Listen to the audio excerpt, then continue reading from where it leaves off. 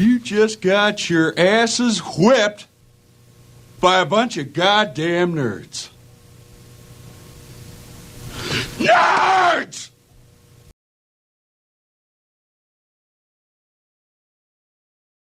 Welcome back to the Nerds Podcast. As we go into October, we're going to be talking about Marvel Zombies. I'm Pooba, that's Pete.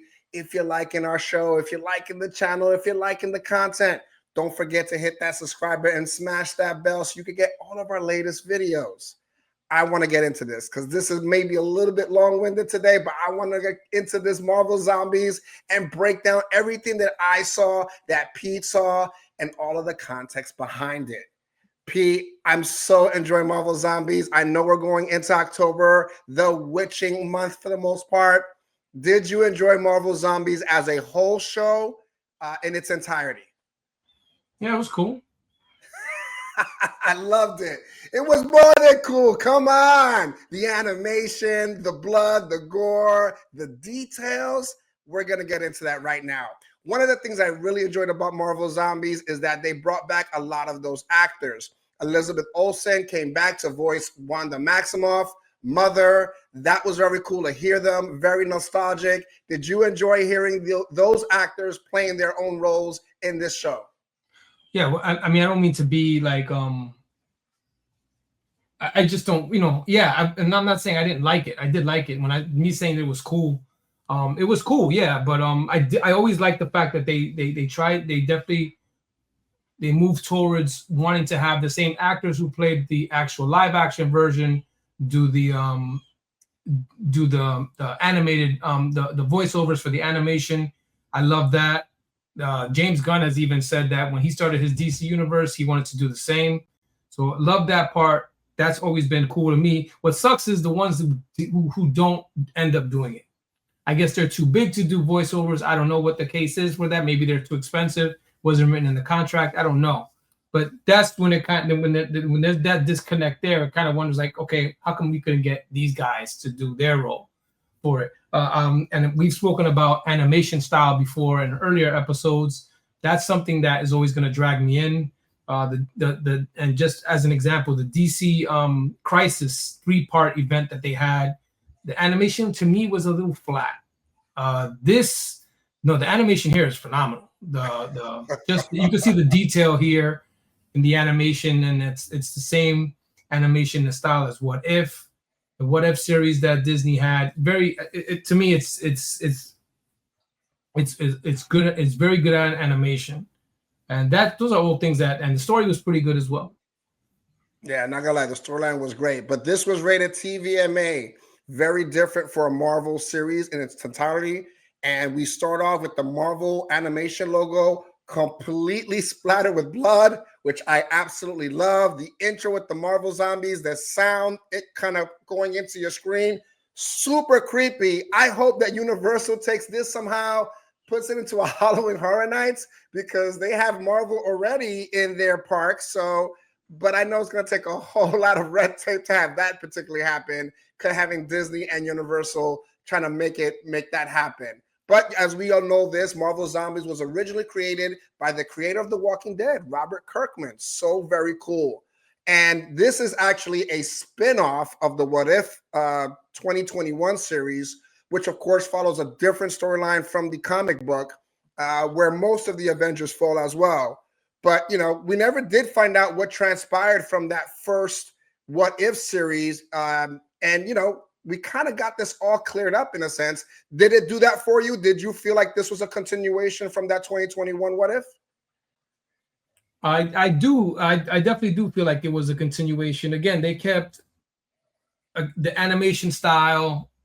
Again, the same voice actor. So yeah, I definitely see it as a continuation. I think it's best that they have those things on the same path, like have the continuations going on.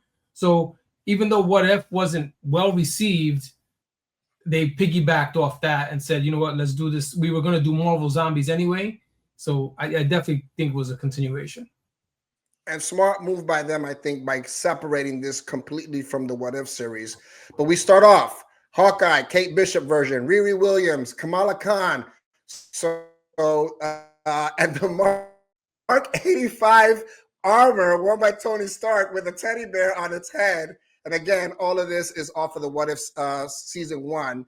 But you know, they said that that Riri took it from a headless Tony Stark. But now this is 5 years later, right? So to kind of give you that timeline, the first What If season was in 2018. A lot of this is like 5 years later, going back and forth throughout these episodes. So you're looking at 2018 through 2023, if that makes sense. And I got a kind of I Am Legend feel when we start seeing the 3 girls there walking through the Manhattan streets. Anything for you? Any other movies reminded you of what they were doing? No, it was one of my favorite movies is I Am Legend. So that's definitely what, especially being in New York, that's one of the things I've always thought of. That was the thing that kind of like popped into my head right away was that. Yeah, man, I agree with you. A Quinjet crashes, and I don't know who that is, but it could be something from Agents of S.H.I.E.L.D. maybe, because I didn't recognize who the pilot was. But we also have the same Friday that is the AI of Tony Stark being used here. But I love how we start this off. They know that Clint is in the city trying to get them, and Kate and Clint start exchanging these arrows. That was amazing. And she kind of knew his stuff because she was trained by him. What was it like to see Clint in the zombie form for you? Like you said, you didn't know who was piloting the Quinjet, so it's hard to kind of identify who's who with unless they have something that's telling. Like you see his gear, you could tell it was him. Obviously, he had a bow and arrow, so you know it's him. But can you shoot 2 arrows at the same time, or is that a comic book thing? That's I don't know, right? So I know it's impossible, and we can get into the whole story. No. Just a quick question, not to go into another conversation. I don't know to say if it's cartoon versus comic. Yeah, I don't know. Not trying to be funny. I was just curious because I see them doing it. And I'm like, yeah, can you really do that? I never shot a bow and arrow. So just asking a question. No, it was again. It's cool. It's the student and the teacher. So they're both firing the 2 arrows at once. So it's always cool to see that that the teacher versus the student thing, and especially when he shot it off the other building to try. He started ricocheting. Yeah, come on, I love that stuff. Give me more of that stuff. So they get out. They have this thing. Riri decodes it. It's a subspace transmitter shrunken by PIM particles. Again, all of these Easter eggs are in there, and they call it Project Live Shot, right? So that's what we're at this point in time. And it's actually very cool because they're crashing at Eleanor Bishop, who we saw, of course, in the Hawkeye series, played by Vera Farmiga in the 2021 series. So they're at that house, and they're saying that she prepared for everything. I think they even dropped like Kingpin in there somewhere as well, and during the conversation portion of it. But I thought that was so cool. But they decide to go to Ohio. And, I love the whole talk with if we take the car, if we do this, and Riri, her head, because she's such a genius, she's breaking down the percentages, and she's like, we got a 20% chance at all. Were you ready for this mission? Like, were you telling them to stay there, or were you like, go? I want to guys go. What were you thinking in your head? I would have stayed. Again, they were in a mansion or a penthouse, I believe what it is. Yeah, I would have stayed my ass there, especially with it's a zombie outbreak, and we'll learn later on what happened because of them leaving. But yeah, I would have definitely stayed. Again, it's not like they're in a shack. Like we go back to The Last of Us, and they were in the abandoned movie theater or what it was. No, it's different there. Yeah, I'm gonna stay here. Especially they said that she left us everything here that we could need. No, I'm staying put. They called the vehicle Uhura, which is after Michelle Nichols, and also Zoe Saldana played it in Star Trek. And then we get back to the city where Zombie Okoye recruits Clint. So now Clint is part of the crew. And as the girls are driving, there is a hole in the mountain. I immediately was like, do not go in there. Why would you go through a place that looks like the ship from Alien Earth went through it? Were you like, do not go through here? What are we doing here? And I know they're trying to cut the time off instead of going around the mountain, but what were your thoughts on that? No, yeah, no. I'm I'm in disagreement with you on that because I knew that's where they were gonna go. Because again, it's avoiding going around the mountain, so I knew that's what they were gonna go. They had a shortcut that was given to them right then and there, so of course they're gonna take it. And again, now we find out later on, of course, that this is called the Valley of the Broken Gods. What a crazy name! But then we get, as they're fighting, there is lightning, there's shooting on the truck, and we get Ikaris and Carol Danvers. I'm not gonna say that she's Captain Marvel in this because it looks like Captain Marvel doesn't exist in this particular universe, because you could tell that Kamala didn't recognize her, because if she did, she would have been geeking out first and foremost. I want to put that out there because of everything that happened in the timeline of 2018. We don't get Captain Marvel. We just get Carol Danvers with these superpowers. But we have to remember Ikaris is synthetic, who was made by, in the Eternals when we find out, so he can't turn. This is very much like we just covered in Alien Earth. Please go check out those episodes. He's like a Marcy in a sense. He's synthetic, right? And so he can't turn, but he looks worn out. Are you seeing this in the sky? Did you know immediately that was Ikaris from the Eternals? Well, when they showed him? Yeah.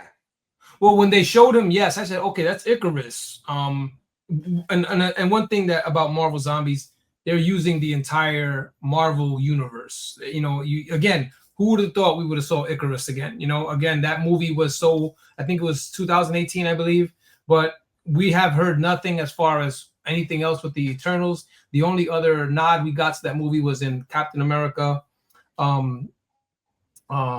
Brave New World. They got the adamantium, yeah. Yeah, exactly. That's the only other nod or acknowledgement we've gotten to that movie. So to see him was cool, but before they revealed him, I said, is that Storm? I was thinking that was Storm. I was on the same boat. So yeah, it was cool to see him again. I mentioned this with Moon Knight, and I keep harping on the fact that they introduced Moon Knight to us and we haven't seen him since. So that's something that's a little worrisome in the fact that they introduced these characters that they do have the rights to now, and they just shelf them. They don't use them as much as they should, is what I feel. As a fan, I just want to see them all, especially since they've introduced them to us. But yeah, I don't want to get off topic, but yes, it was cool to see Ikaris. I didn't think it was him in the clouds. The last guy I would thought was him. Again, I said I thought it was Storm. Oh, wow. Yep. So then Kate gets roasted because she thought the arrow that she had from Hawkeye was a dope arrow, and it was just nothing. It was confetti, which is crazy. So she gets cooked quickly by Marvel because it's confetti. Riri gets bitten in the arm, and then she orders Friday to go get Kamala out of there. And listen, the visuals of Kamala escaping, she was doing the leaps on the energy platform. She did this, of course, on the Miss Marvel show as well. But she gets to get saved. And who other than Blade Knight? Is that what we're going to call him? Yo, he was my favorite character in this series. What did you think of him? I'm going to call him Blade Knight. He was cool. He was cool. And we know that who's voicing him is the guy who's attempting to play Blade in the Marvel universe, and it's that we can't get that project going, but they do have him finally in a project. He's Blade, I'm guessing, but he's Moon Knight as well. So Blade Knight, I guess, is what you want to call him. He was super cool. He was super cool. Of course, and listen, one of the coolest characters to me, and I always see this actor as this character, Wesley Snipes, until I'm not here anymore, is always going to be Blade to me. Always.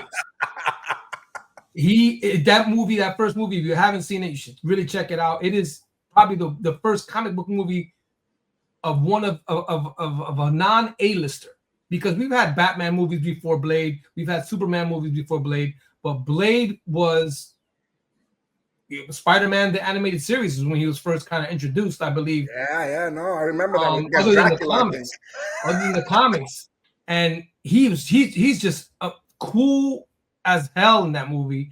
The second movie was great. The third movie is when it went downhill. But anything with Blade is a thumbs up for me. So seeing him there and then as a Moon Knight kind of variant was pretty dope. Yeah, listen, the fact that they actually talked about it, how he actually got Khonshu and him being the fist of Khonshu for the most part.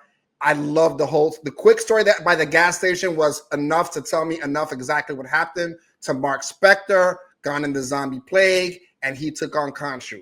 Love the concept, but I couldn't stop seeing Cottonmouth for some reason when I was watching this. But they get to what's called the North Institute in Ohio. And we never saw the North Institute, but they talked about, of course, in the Black Widow movie when they were in Ohio, how they started the Black Widow movie, where Yelena and Natasha were raised. So very cool to kind of see that. And that's where they kind of give us back this mind control system, what they did to the widows, because they were posing as, I think, S.H.I.E.L.D., but it was Hydra. I think in the movie they used it. In the show they did use it for the zombies to do the mind control. Did you like that twist? Yeah, that was cool because the fact that they were able to, have them serve as kind of like a barrier before the building, and then when they recognized who they were, they kind of parted. The whole crowd of zombies parted so they can go through. Yeah, that was cool. Did you know immediately what that was? Why the zombies were acting that way? Because I didn't. I had no idea that that's what it was. Zero idea. Milena confirms that the transmitter is called to the Nova Corps. So I love that. The Nova Corps from Xandar, of course. And, they keep mentioning the Wakanda event is blocking any signal from going out. At this point, I think we're kind of clueless to figure out what the hell that even is. But while they're figuring this out, Okoye, and she comes with some heads, some troops. We get a half Captain America, a zombie abomination, and a zombie ghost. I mean, did not look good. This immediately reminded me of the Battle of Winterfell in Game of Thrones. Tell me what you thought about all that coming together. Captain America, just half of him, was dope in the sense where the way he was fighting, the way he got through the vent was cool. I thought that was cool. And again, I didn't know that's what the case was until they actually showed him. I was like, oh, his legs are gone. But of course, we've seen this, any zombie movie you'll see it reminded me of Dawn of the Dead, which is funny. It's with Mekhi Phifer, with Ving Rhames. What's crazy about that movie is now we're into comic book movies and all that. Zack Snyder directed that movie and James Gunn wrote it, which is crazy for me to think about that. But when they were in the parking lot, there's a zombie on top of the water pipes in the parking lot, and he has no legs. So that's how he was getting away. That was how he was getting around. But that reminded me of that. But out of this whole scene, to me, what was scary as hell, not scary, but just like, if you think about the concept of it, Ghost as a zombie, to me, is insane. That's like unfair. It's like cheating. Because cheat code. Yeah, very much so. But yeah, like you said, she came with some heads, and cool scene right there.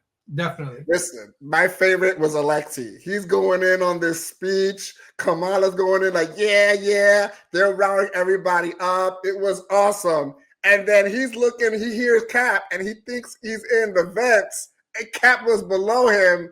Come on. But even before that, did you see how Abomination chucked Captain America? Like, he chucked them. And he was chucking more. You saw he was chucking them more because more zombies were coming in. Man.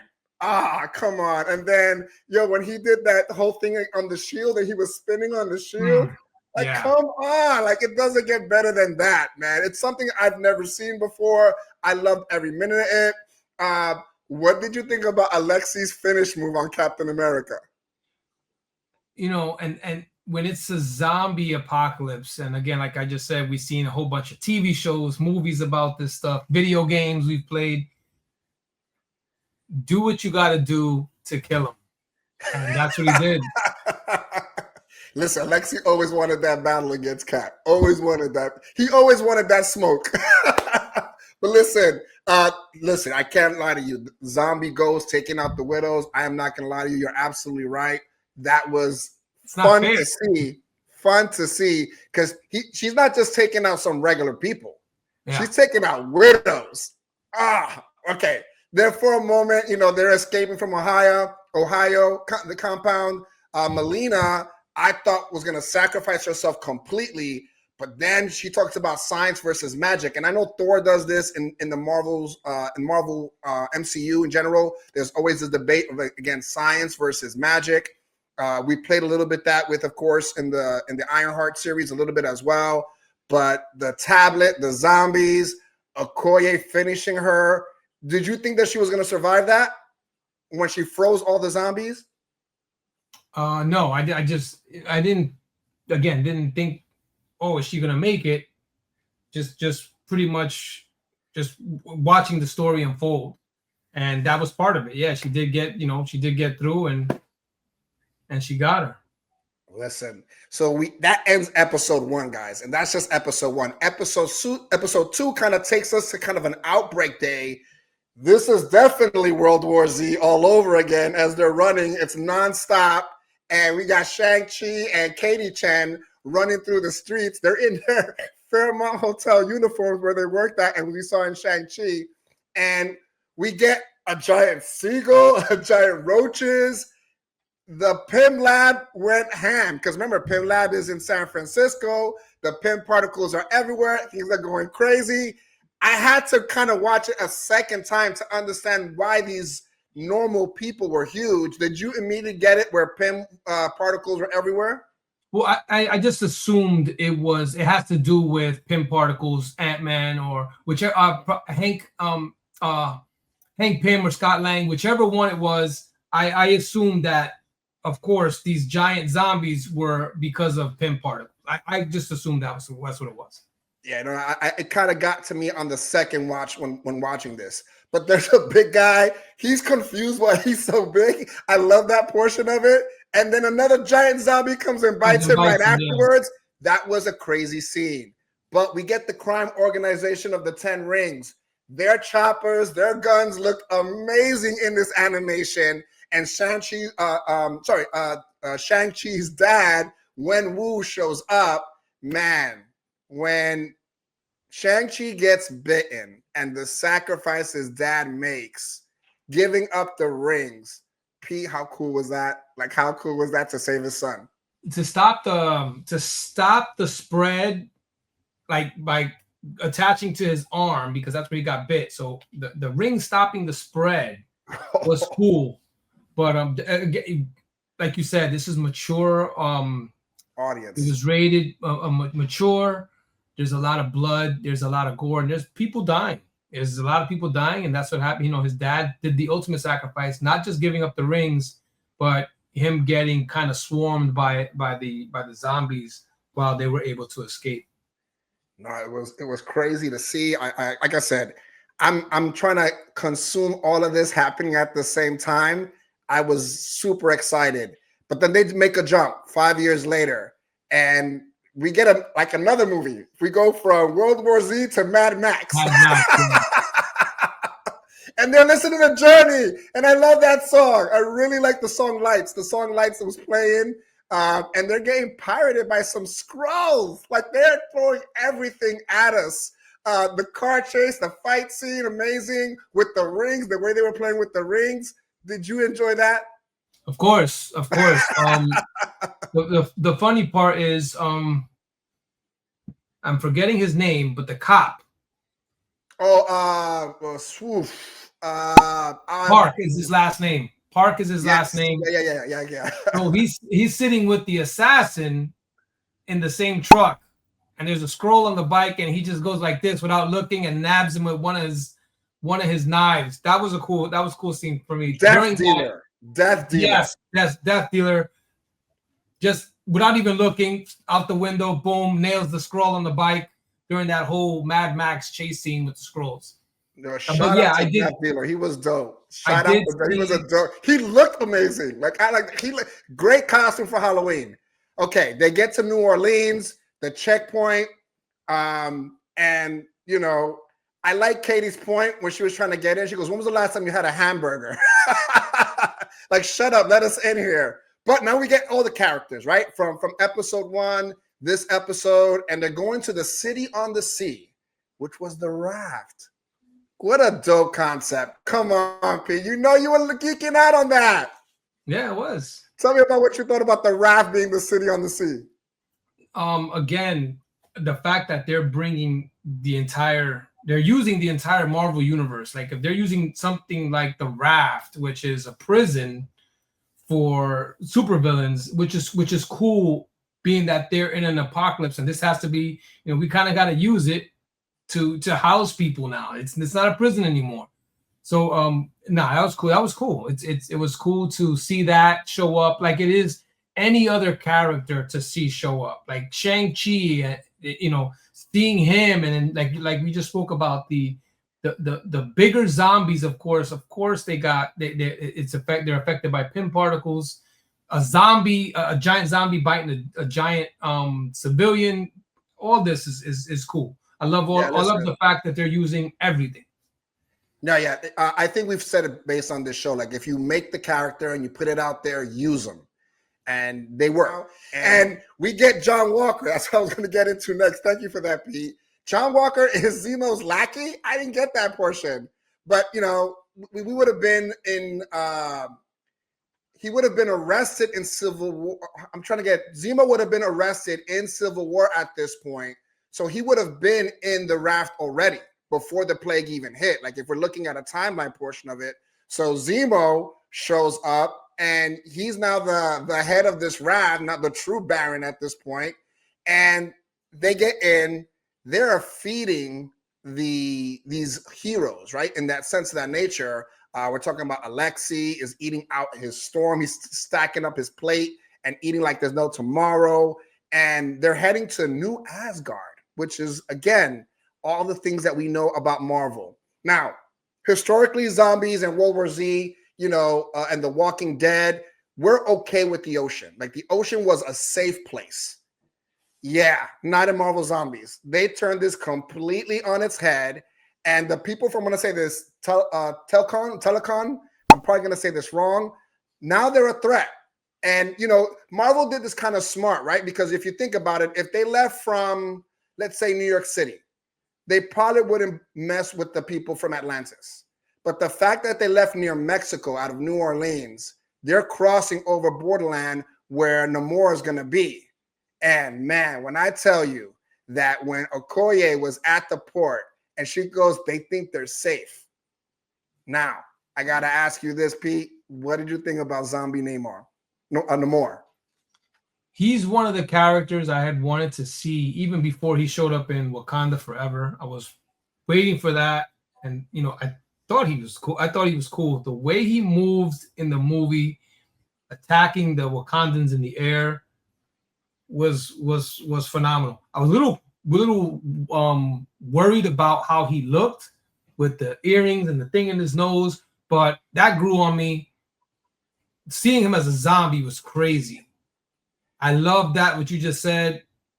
They think they're safe, and it's because you're not, because we got zombies who, again, like you said, the water was a safe place, not here because of Namor. And great. I love this character. I was glad to finally see them cast him and get him in a movie. Gonna be in Avengers Doomsday. Can't wait for that. And it was cool to see him as a zombie because he's one of the heavy hitters of Marvel. So to see him in that, and now he's a zombie, like, come on, that's crazy right there. Listen, the fact that they put him in a Hulk cell and he still got out, come on.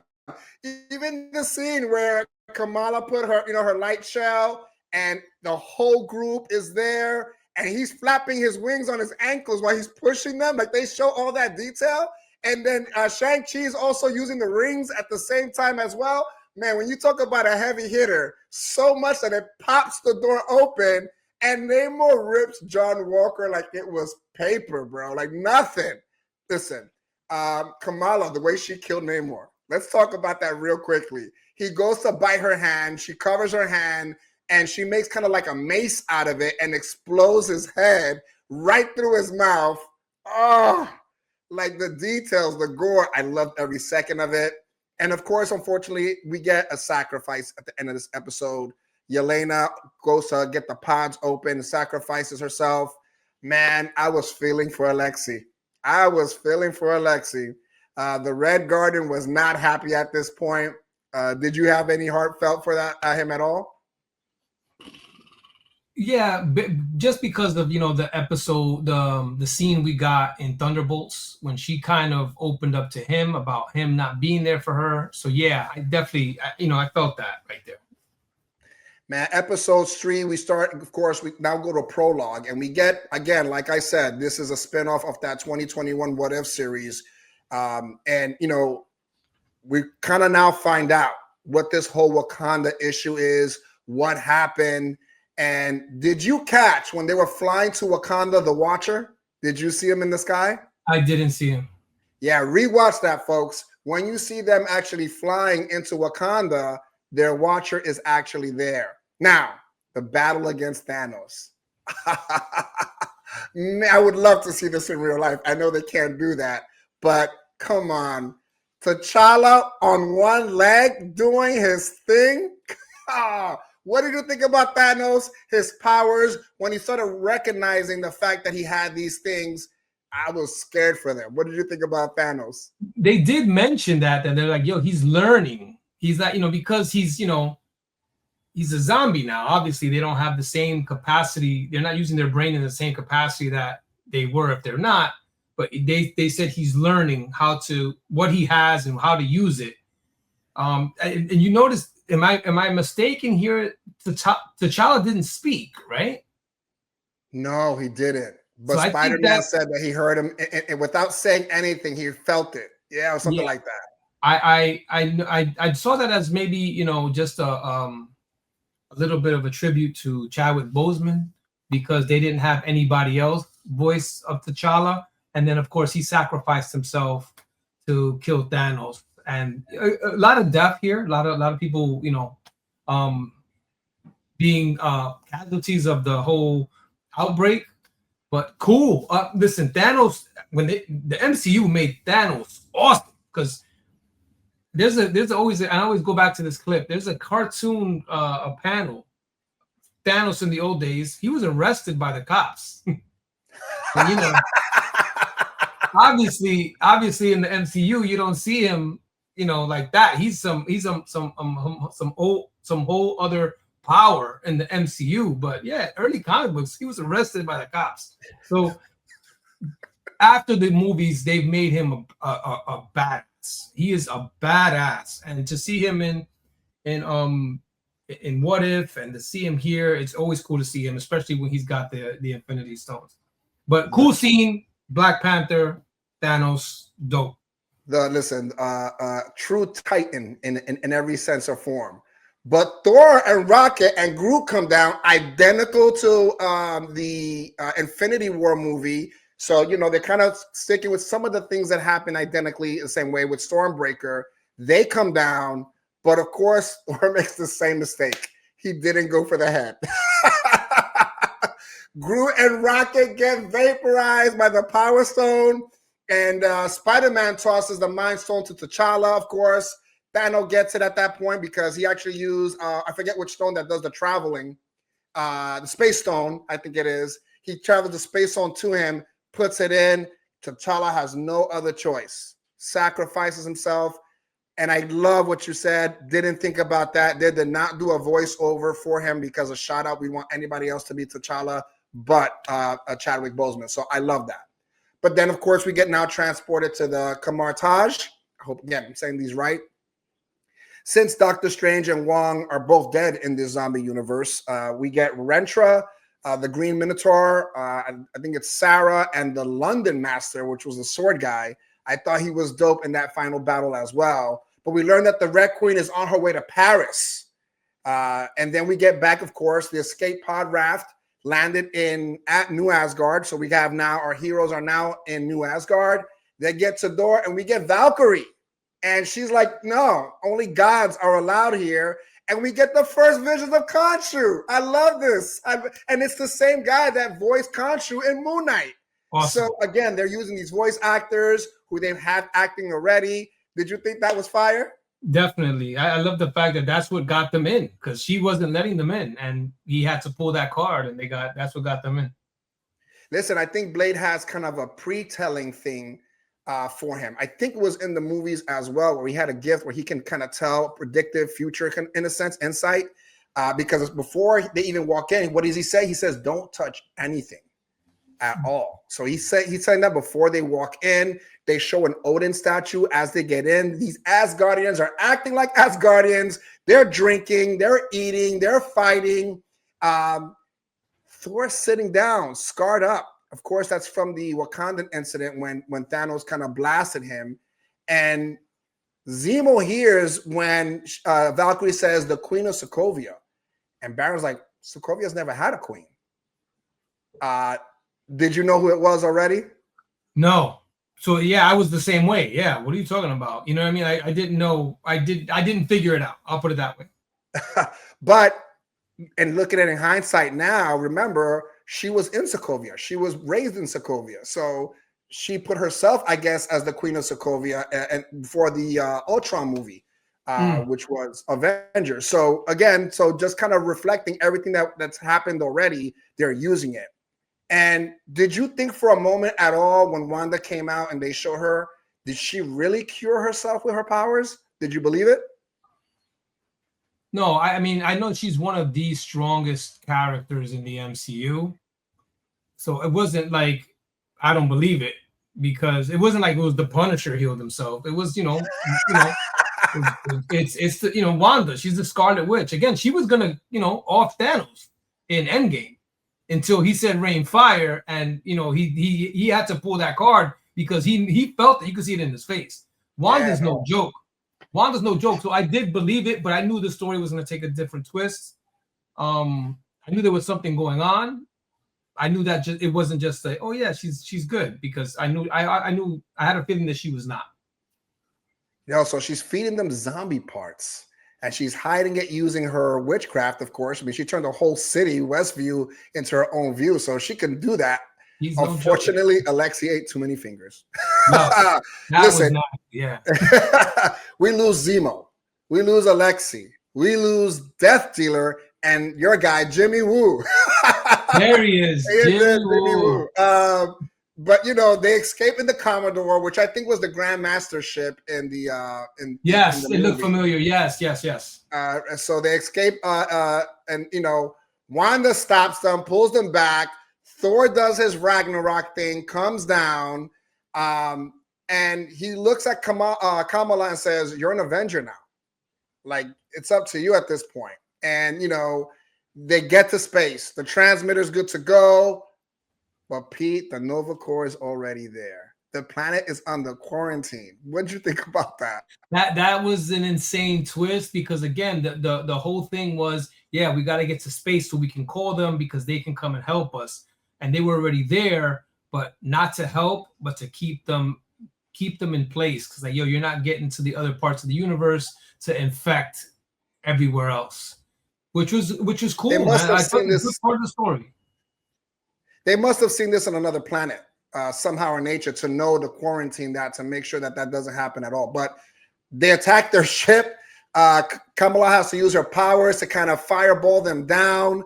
It was cool how a Blade was falling down. I love the way he was falling down. Shang-Chi looks over at him. He's like, this guy looks cool falling down. But of course, the sling rings, the portal gets them back, and Miss Marvel starts geeking out over Peter Parker. And literally having like a Peter moment for herself. But, we get to Paris and we see Wanda. We see the Asgardian ships. They're coming through. And we get a full vision, and they get explained to it, this Hulk, which absorbed all of the stones, and he's in Paris. What do you think about seeing Hulk, this Infinity Hulk, I'm going to call him? Well, that was kind of, again, like you said, they're using things that have already happened. When they were able to collect the stones after doing the time travel, they had the nanotech gauntlet. He was the one who had to do it because he could take on that power from the stones. The fact that he already has gamma running through his body, he's just like a conduit. So it was cool. That was cool to see. Look, we gotta kind of harness that power somewhere. So it's you, Hulk, because you can do it. You can take it. So it was cool, man. Again, but well written, man. The story was cool. I think there's a season 2 already written on this, but Disney hasn't confirmed season 2 just yet. As we stand today, I don't think they've confirmed a Zombie 2. They do want to see how people react to this because it is a TVMA for Disney, and again, I think they want to make sure that people are going to want to see more of this. But let's continue the story. They join the sorcerers, of course. They teleport to Paris, and this now is going to be the most epic battle, right? And Wanda's first attack on the Hulk is a bunch of foot soldiers with the Abomination. I wanted the Hulk clap. I thought to kind of do that. I wanted to see that, but you have to remember he's no longer the Hulk, right? He's kind of this anchor being, as they called him. And what he does to Abomination is like nothing, like the one punch in the air, which is crazy. She's now sending these giant zombies, probably the one from San Francisco. They're punching him down. He's emitting an amount of energy. Yo, how cool that she just dumped the whole raft on him. like she has everything that she has collected and she is using it. Did you thought that was pretty dope? I mean, look who you're fighting. So yeah, you got to pull out all the stops here. Like, look, they're like you said, they're wailing away on him and nothing. So you know what? Yeah, let's throw everything. The kitchen sink. Let's throw the kitchen sink at him too. Yeah. Again, no effect. But again, they were wearing him down. And then she comes out with the Asgardians, with the ships, with the bullets, and it raining down, like making it rain. Remind me, of course, of Thanos saying the same thing in Infinity War / Endgame. Okay, so the sorcerers are there. Hulk is kind of worn down just a little bit, and Wanda can't touch him because if she does, she absorbs all the powers that he particularly has. Listen, my favorite part is when Blade is slicing and dicing. And we use slicing and dicing, of course, in our zombies when we play zombies.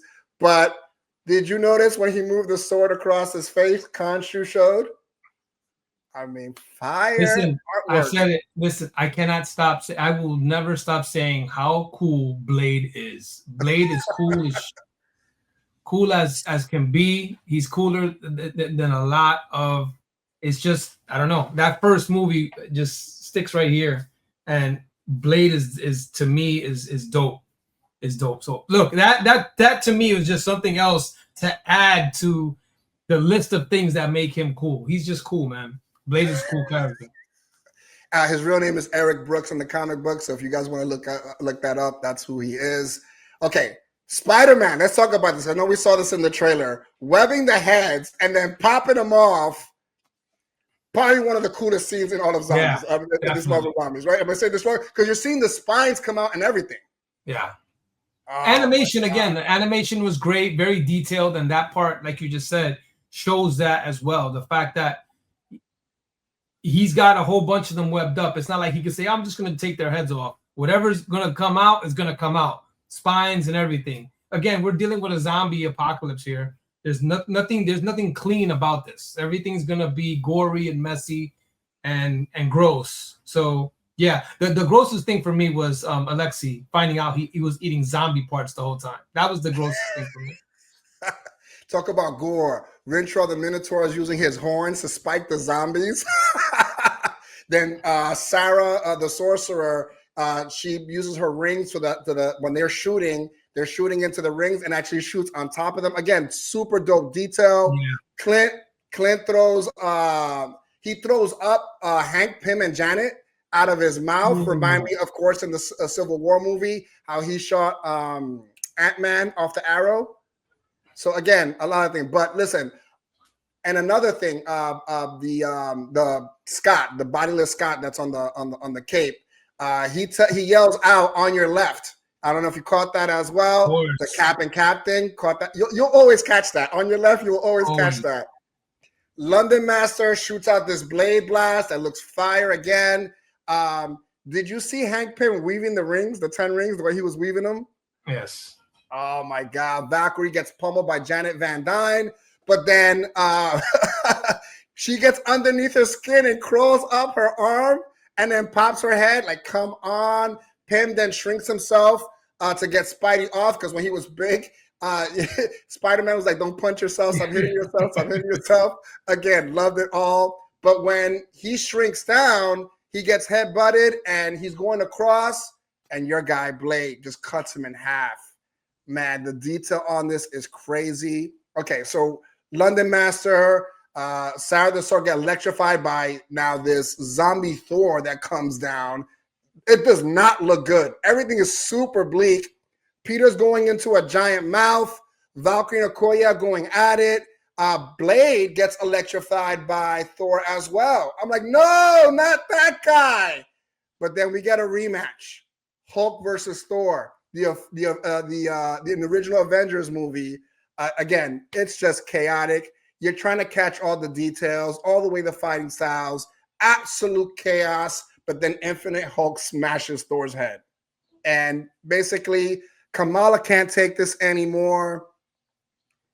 Did you agree with Wanda towards this end when she said, we should share this infinity power? What did you think of this? No. Again, she's a zombie. Like, and let's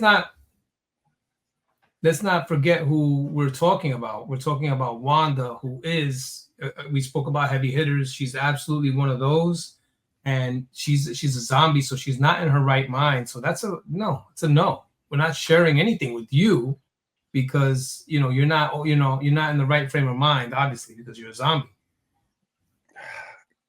Kamala holds it. She does it. She commits. She goes, there's a reason why I'm here. She has a hand.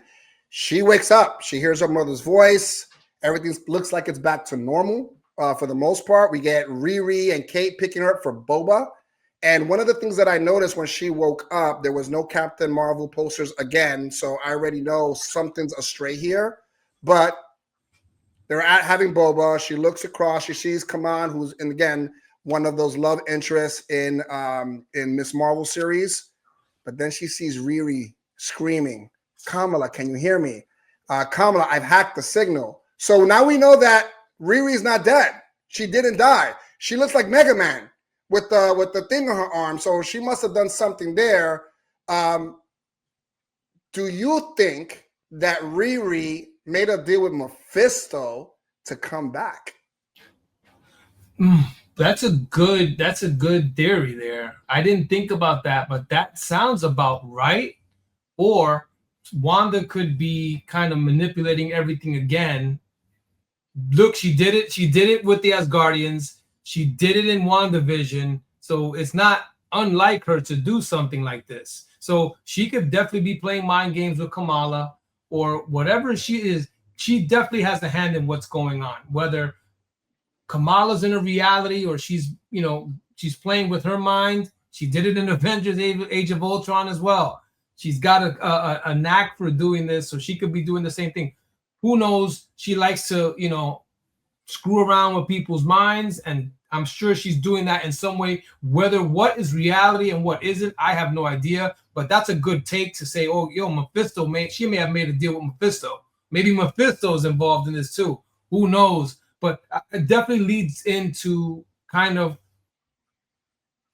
season 2. Yeah, listen, that's how it ends. It ends on a cliffhanger. We don't know what's going on as we get in and out of a fake world, and the zombies are still there. So I'm all in on Zombie Seasons 2. I want to know what you guys think. Please comment below. Don't forget to like and subscribe. Let's have this conversation in the chats here. I look forward to those chats because I am enamored with this series, Pete. And, again, thanks for all the love. Thanks for all the subscribes. Thank you for all the comments and likes. Please look at our other handles on our social media platforms below. Pete, let's not get in and out of universes. Take us home. If the zombies don't get us, we will return. The worst episode ever.